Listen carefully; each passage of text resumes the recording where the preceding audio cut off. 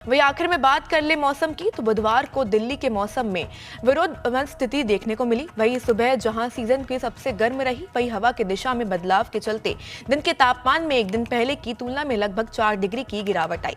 वही आईएमडी का अनुमान है कि शुक्रवार से अगले 3 दिनों के दौरान बीच बीच में बूंदाबांदी होने के आसार हैं। इसके चलते भी तापमान 40 डिग्री से नीचे ही रहने की संभावनाएं हैं।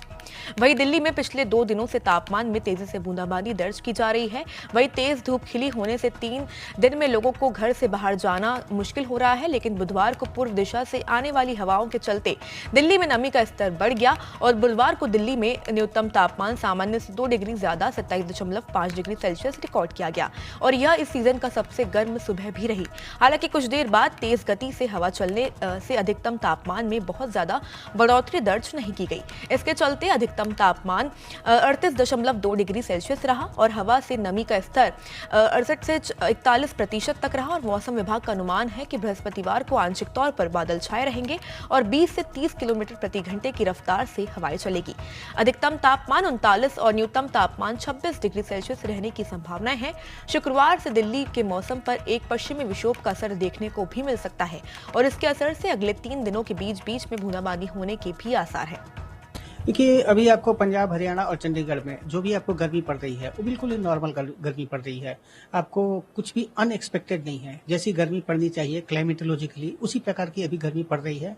मई महीना ऑलरेडी गर्मी का महीना होता है, यहाँ पर गर्मी पड़ रही है और अभी टेम्परेचर भी का भी जो रेंज जो चल रहा है, आपको करीब करीब मैक्सिमम टेम्परेचर 38 to 40 के करीब चल रहा है।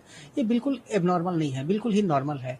और जहाँ तक हीट वेव के कंडीशंस की बात है तो अभी पंजाब, हरियाणा और चंडीगढ़ में कहीं भी आपको हीट वेव लाइक कंडीशंस नहीं है और अगले 5 दिनों तक भी हीट वेव से रिलेटेड के जो कंडीशंस होते हैं वो सेटिस्फाई होते आपको नहीं दिख रहे हैं।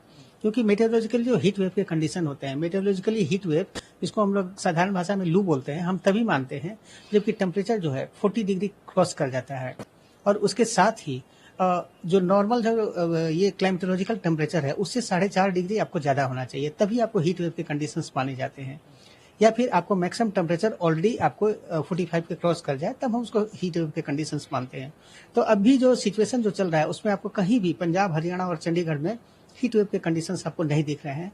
आपको 3 दिनों तक बिल्कुल ही बारिश की कोई संभावना नहीं, कोई भी संभावना आपको दिख नहीं रही है। मतलब 3 दिनों तक आपको मौसम शुष्क रहने वाला है।